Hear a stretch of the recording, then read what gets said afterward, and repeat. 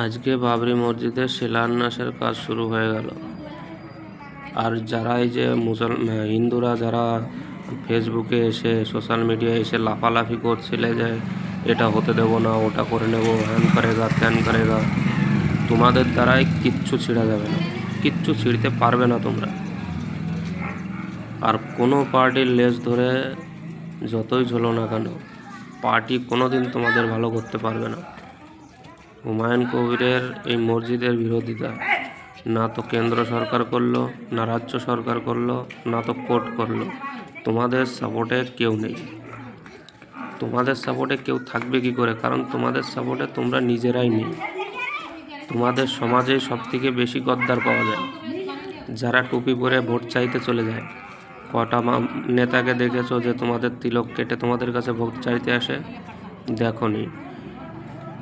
এই মুসলমানদের চাটার জন্য সব দল তৈরি থাকে। কোন দলকে দেখেছো হিন্দুদের চাটে? কোনো দলকে না। আমার তো এখন বিজেপির উপর থেকেও ভরসা উঠে গেল।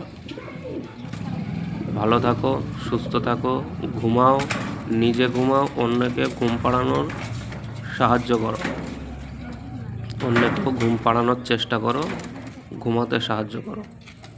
জয় শ্রীরাম।